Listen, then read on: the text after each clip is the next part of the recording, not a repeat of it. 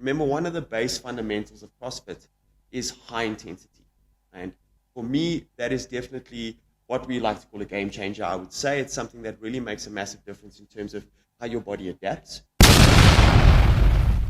Nuggets of Knowledge with Nick. Right, guys, welcome to today's podcast. In this video series, we are calling it Nuggets of Knowledge with Nick. We're going to be talking about why we do what we do within the gym and why we believe so much in the CrossFit methodology. So let me introduce Nick. If you don't know who Nick is, he's our head coach across all three facilities. And he's going to be guiding us through a bunch of topics that we've decided we think will educate the members and help people realize why it is so important to do what we do on a daily basis. We're going to chat about what CrossFit is, and we're going to start with one of the first points that comes up when we talk about CrossFit, and that is that CrossFit is for anyone, but it's not for everyone. So we're going to dive into this a little bit, and let's maybe start off with Nick. With Nick, you tell us what do you think that means? What does that mean to you? So it's an interesting question. I mean, you can talk about this in several different ways, applying to several different people, but CrossFit is applicable to anybody in that if you walk into a CrossFit class, all of the movements themselves should be accessible. Everybody should be able to do some degree of movement across the board as far as CrossFit goes. So there should be nothing that will be limiting for you as an individual if you come in to do a CrossFit class. Okay, that's from the outside. And we're talking about beginners. We're talking about someone who's never touched CrossFit before. But when we say that it's not for everybody, it might not be your style of training. It might not be the type of thing that you enjoy. Remember, one of the base fundamentals of CrossFit is high intensity. And for me, that is definitely what we like to call a game changer. I would say it's something that really makes a massive difference in terms of how your body adapts. But a lot of people don't enjoy that style of training. A lot of people want to walk into the gym, do their 30 minutes, do their 45 minutes of really chill, really relaxed, whatever they need to do, go for their coffee, go to work, and then carry on with the rest of their day. So I think in terms of the style of training, that is, dependent on the person and definitely dependent on what you enjoy doing. Just to go kind of reiterate what you just spoke about now, what that statement means for me is that CrossFit by its nature, all the workouts are doable by anyone. We can scale them and change the movements to accommodate anyone. But it's not for everyone because exactly like you said, is some people do not necessarily enjoy the intensity. And there is a little bit of competition involved with CrossFit that some people just don't gravitate to. However, that is a massive part of what the efficacy of CrossFit is, the competition style of you working harder to beat yourself or beat people around you is what tends to drive progress quite a bit. And then I suppose that moves on to the next point that we wanted to chat about, and that is by its nature, CrossFit is hard. You mentioned this now, right? And I think that's one of the reasons why people dislike it is it's not something that you can't dedicate a lot of time, or you have to dedicate a decent amount of time to. You have to put in work with it day to day, working on skills, getting fitter, getting stronger. You can't just go to your local gym and just do the same movements over and over again and hope to get better at CrossFit. That's one of the reasons. And then by its nature, the intensity makes it hard. So maybe you can just elaborate a little bit on that and why you think that's a reason that it's a good thing, and also maybe some drawbacks towards it being hard. So I think it's sort of understanding what the point of all of this is. We want to develop and we want to get better, and that could come in many shapes and forms. That could come in the form of weight loss. That could come in the form of feeling healthier, feeling better. That could come in our performance markers, doing better at a skill, which we'll probably talk about just now. But we need to understand that the whole point of this is adaptation. You want your body to change. You don't want your body to stay the same.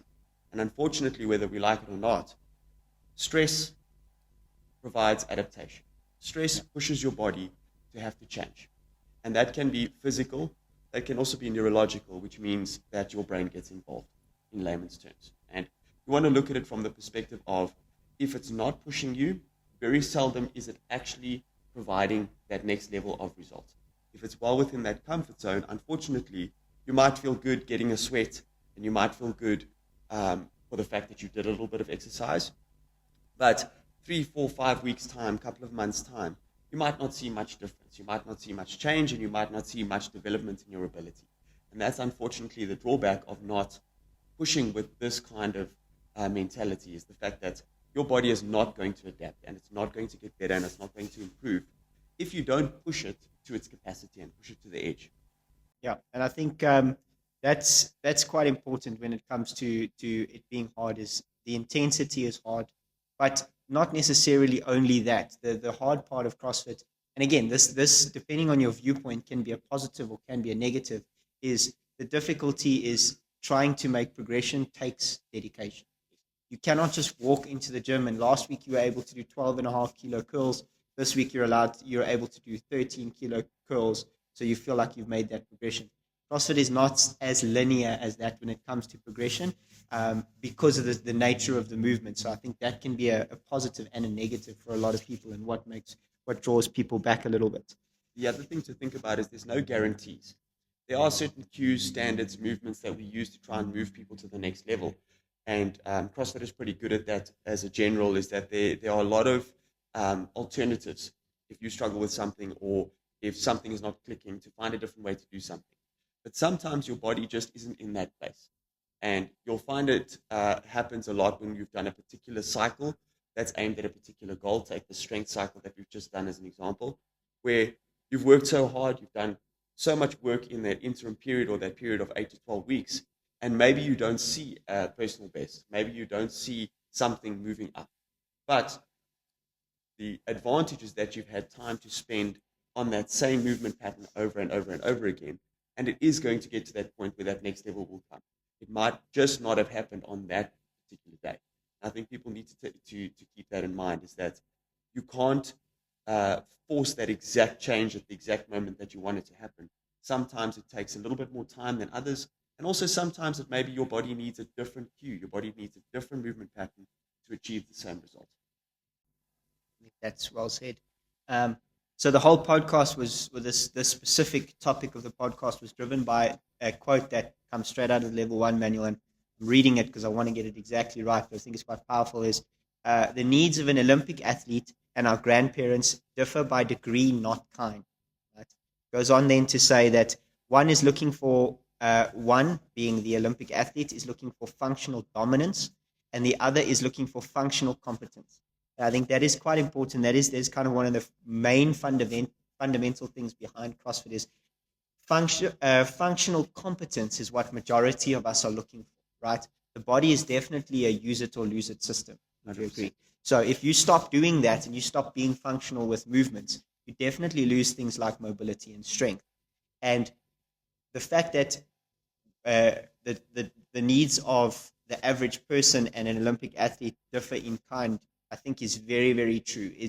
There's no difference between what the level that they need to achieve, or the level that they are trying to get to, is just about how much effort they put in and how much further they can push the envelope of that functionality.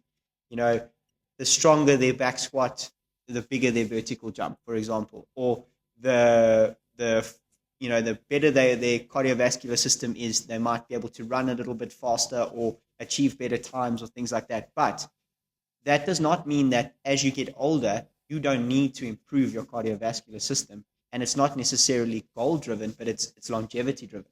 So maybe you can just talk to us a little bit about that. So if we can break it down into an example that makes sense to our community. If you look at a competitive CrossFit athlete versus the person walking into the gym every single day and their goal is just to be fit or just to be in shape, make sure they lose weight, etc. You look at a difficult movement like a toes to bar, right? Now, if you look at a person who's trying to be competitive, their goal is to master the toes to bar, to be able to rep it out when they need to rep it out, to be able to be fast, to be able to be efficient, and to be able to make it a useful skill within a workout competitively, right? So that is the way that they will approach it. They will try more reps. They will try more efficient ways to get the movement done, trying to be faster through the progressions, working on their EMOMs and their Tabatas to build it up. But that doesn't mean that the person who just walks into the gym every day shouldn't be trying to master the toes to bar. They don't need 10 reps every 20 seconds. But mastering that full range of motion is beneficial to your everyday life. And you look at it from the perspective of being able to have full range of motion from the full lockout position to being able to touch your toes. This is a fundamental staple that we need in our lives, and the toaster bar is helping us to do that. Not only the core strength that you develop and the neurological advantages that you get from having the coordination to get your feet to move together.